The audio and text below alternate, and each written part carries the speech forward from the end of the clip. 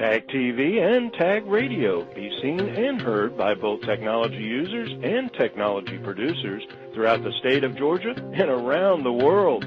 Low cost, big benefits, powerhouse online branded video and audio has arrived. Tag TV, Tag Radio, there's a lot more to know. This edition of Tech Talk is brought to you by GlobalSpeak.com, new media consultants, corporate video and audio communications, video and audio production and distribution, live and virtual event production. Tag TV and Tag Radio is a service of GlobalSpeak.com, creatively delivering powerful marketing, video, and audio solutions. So you woke up this morning, fed up. You stumbled over to the window, open it, and scream out, "I've decided to transform an innovation into economic goods." You know, start a new business. Guess what? You just may be an entrepreneur, a person willing and able to convert a new idea into a successful enterprise. Oh, it's a hot topic today that experts say will explode in the next decade that finds its origins reaching back to Adam Smith in the late 17th century. Greetings, everyone. It's Tuesday, October 30th, 2012, and this is Tech Talk with Technology Association of Georgia President Tino Mantella. I'm your guest host, Frank Baia. It promotes capital formation. It creates wealth, accelerates economic growth. It is the hope and dream of millions of individuals around the world. It reduces unemployment and poverty and is the pathway to prosperity. It is a creative and innovative skill. It's an adapting response to environment. It is entrepreneurship. And at the helm of today's Entrepreneurship Tech Talk, author, lecturer, featured speaker, and renowned expert on entrepreneurism, Glenn Carver, a media production company entrepreneur and advisory board member of the Entrepreneurship Hall of Fame. From interviews and publications like Inc. magazine on how corporations can cultivate the entrepreneurial spirit, to his recent book on the subject, Stand in the Heat, Lessons from Legendary Entrepreneurs on Staying Cool Under Pressure. The book has been described by personal development legend Brian Tracy, who said this could be one of the most important books ever written. Glenn's personal mission is to empower today's entrepreneurs with inspiration and strategies for long-term success. Are you focused on making your business work and prepared to eliminate any hindrance or distraction to your goals? Are you disciplined enough to take steps every day toward the achievements of those goals? Tough, pragmatic, and driven by independence, exude extreme optimism, and are motivated by the strong urge to build. Then, brother and sister, get ready to gain the overarching strategies and tactics you need to be a successful entrepreneur.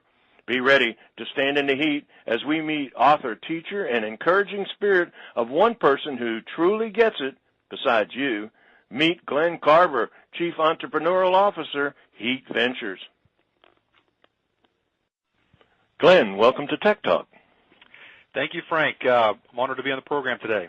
You know, one of the things I'm always fascinated with, I come from an old school background as far as entrepreneurism is concerned, and in the earlier days, if you would, the day as they say, I don't think people thought you could learn entrepreneurism or entrepreneurship, that it was either in your DNA or it wasn't.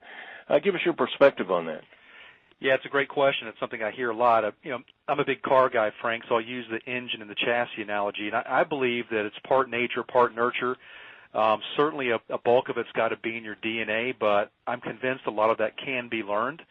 You know, the initial, you have to have the gut to be an entrepreneur. You got to have the initial DNA, but you know, a lot of skill sets can be learned, and I believe I'm convinced we're going to see an absolute explosion in entrepreneurship the next 5 to 10 years.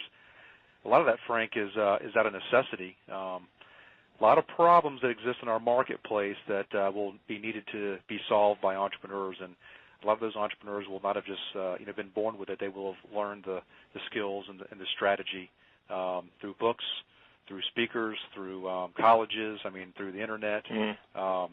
So I say it's both. My gut says the same thing in terms of the era of the entrepreneur. I mean, obviously it's been, I think, at the core of what we are about here as far as the United States is concerned.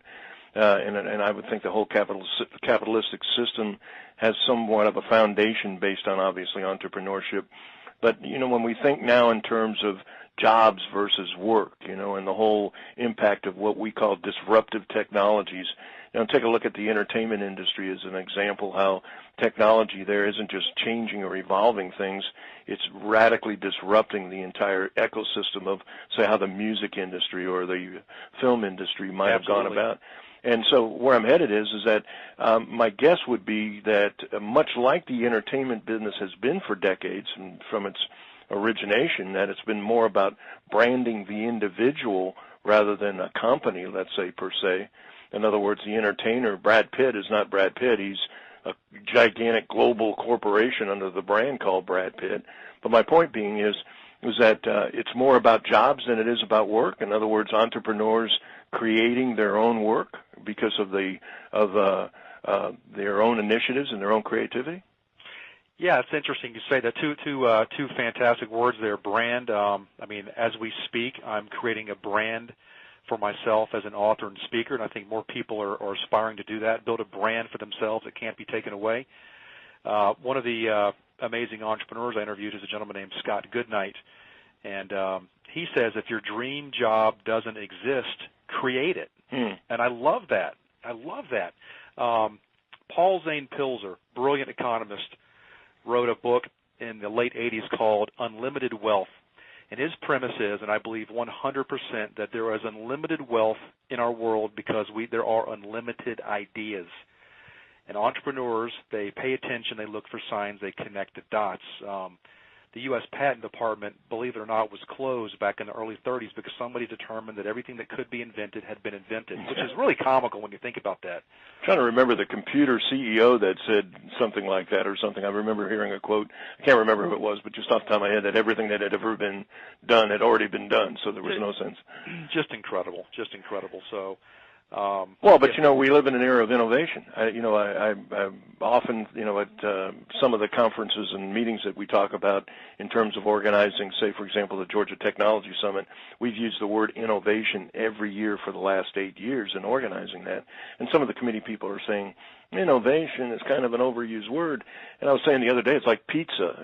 Pizza's not an overused word. People know what pizza means. So when you use it, everybody understands. My point being is that it seems like innovation is on overload when you think about all the incubators and all of the startup situations and the venture capital marketplaces.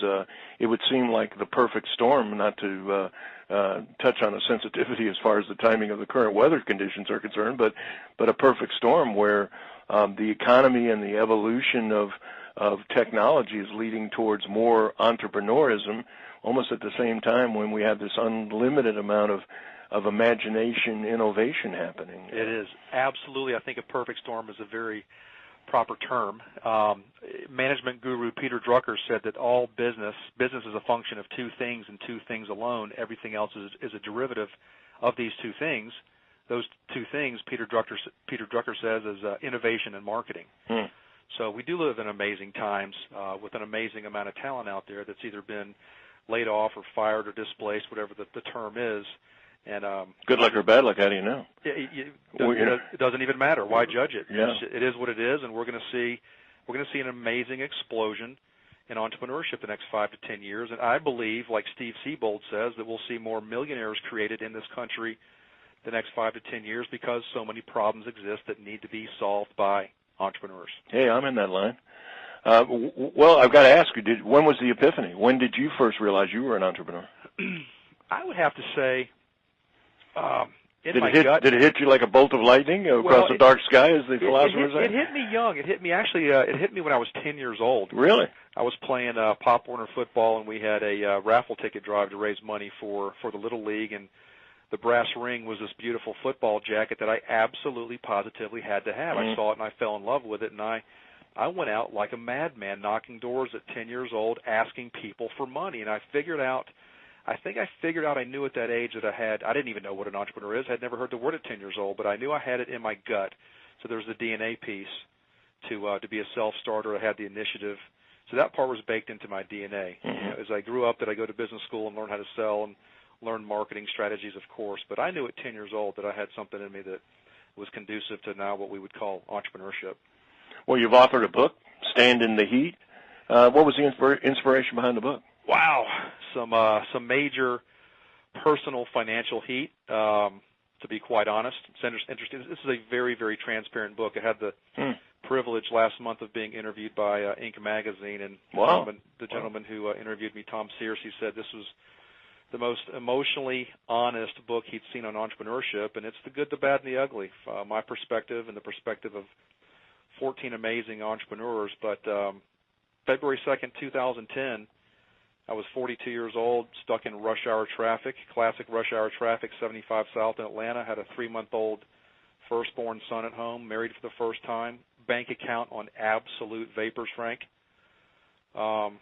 Just 2 nickels to rub together, and I was anxious. I was frightened. I was point blank. I was scared. I was just plain scared. And there in the solitude of my car, which is where I do my best thinking, always have, I heard a very clear voice, whether it was my conscience or God or somebody in between, say, Glenn, stand in the heat. Don't freak out. Wow.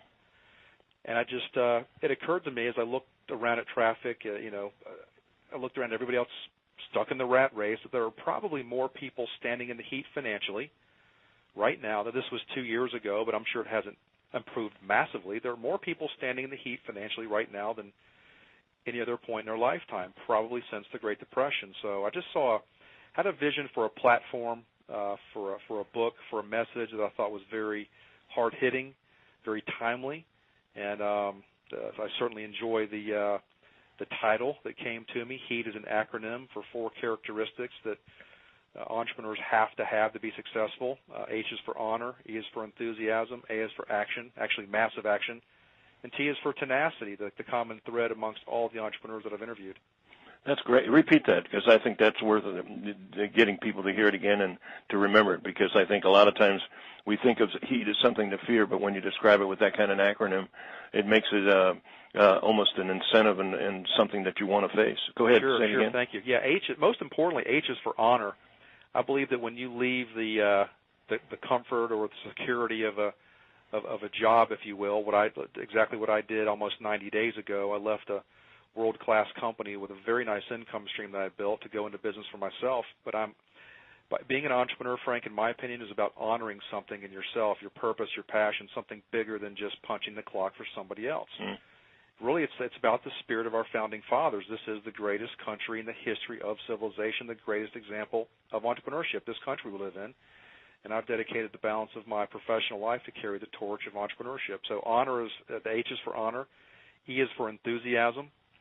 A big portion of success in sales is transfer of enthusiasm, maintaining our attitude on a daily basis when we get kicked in the gut. One of my mentors used to say, guard your attitude with a baseball bat. I love that.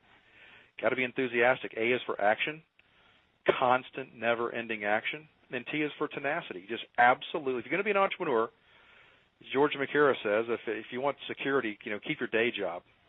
You got to be tenacious to be an entrepreneur. It's much bigger than the money. Now, I think one of the great things that you did it was to go to the source. You actually went to some of the individuals who obviously you must have admired or at least respected in terms of the acronym that stood up to the heat. What were some of the people you interviewed, and actually did you learn anything from them, and then what did you learn that you can share with us today? Yeah, I think that's a great question. I always love to share these stories, and I've always believed that if you want to learn something, teach a class on it. So this book for me has been, it's a never-ending classroom. It's therapy for me. It's my laboratory. But interviewed 7 men, 7 women, some famous, some not famous, but all great spirits and entrepreneurs. The first gentleman I interviewed is George McCara, and this entire book could be about him. He's the founder of Longhorn Steakhouse. Sure. He's now Ted Turner's partner at Ted's Montana Grill. Just a fantastic, classic entrepreneur. Interviewed Dave Liniger, the founder of Remax, an incredible entrepreneur. What he and his wife have been through is just stunning in the form of tragedy, the ups and downs, but the never-ending pursuit of building something great. Interviewed Herman Cain, and most people wouldn't realize that he was an entrepreneur because he and a partner did a leveraged buyout of Godfather's Pizza back in 1988. If that's not entrepreneurship, I don't know what is. Really? interviewed a great woman right here in Atlanta, Joyce Bone, who had a catharsis at 28 years old at the Walmart over the price of whether she could afford the brand name detergent or the Value Mart brand, and over a few bucks, and she just had one of those moments that we call threshold, where she said, you know what, I'm sick and tired of being sick and tired. I'm going to plant my flag in the sand, and by gosh, by the time I'm 30 years old, I'm going to be a millionaire. And not enough time on this program to get into the details, but she did it. She became a millionaire in 18 months because she was absolutely, positively committed, not hoping, wishing, wanting, trying. She literally knew in every fiber of her DNA, of her being, that she was going to do it. And she had a mentor named Raymond Moore Cash. Kid you not. So if you can have a mentor, pick a guy named Raymond. I was going to, yeah, really. Don't dream it, do it. Absolutely.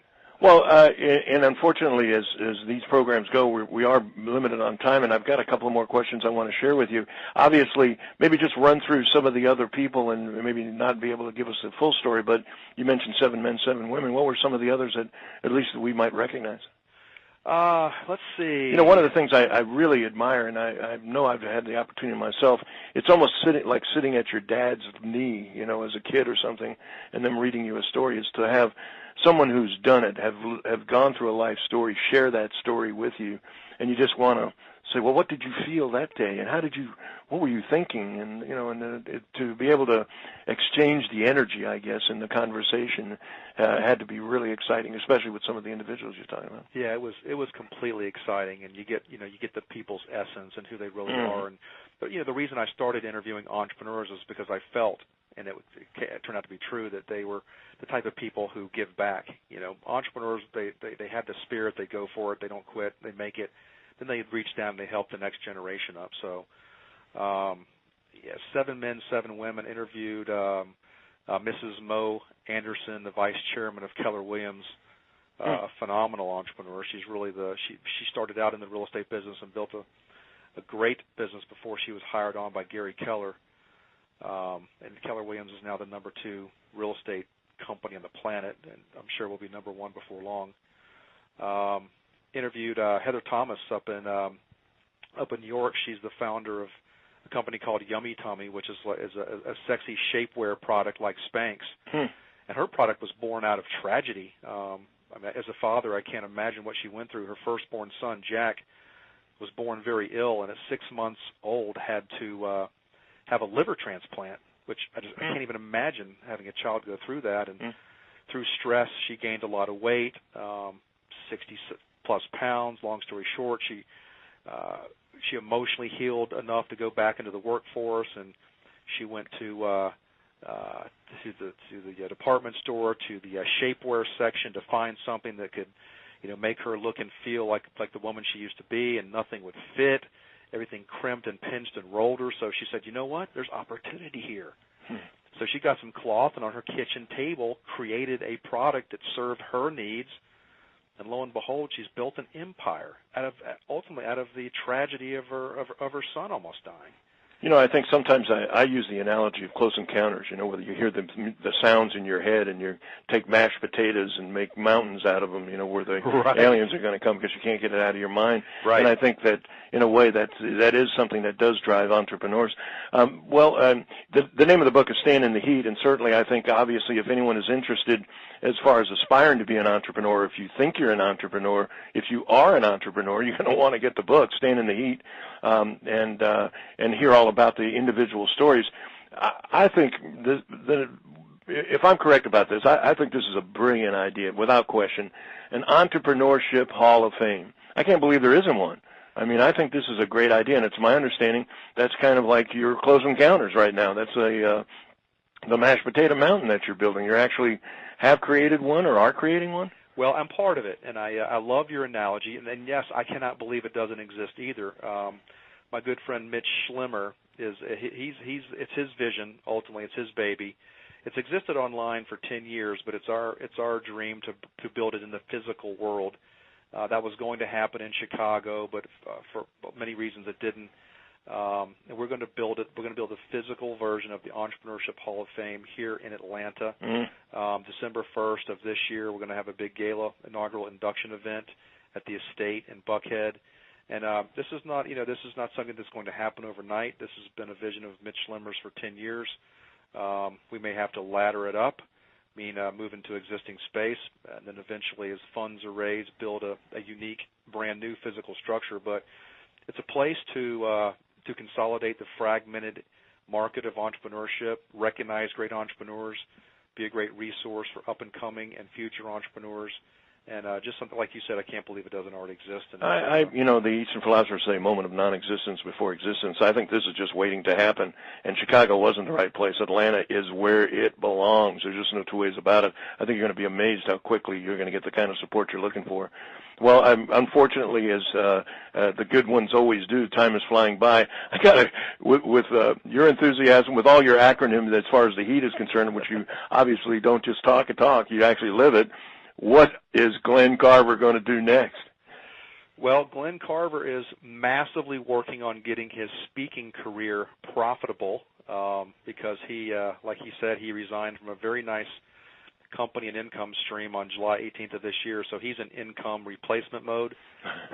Stand in the Heat is a book series. There are 3 or 4 more ideas in my head right now, but I want to get the book branded. I want to get my speaking career launched.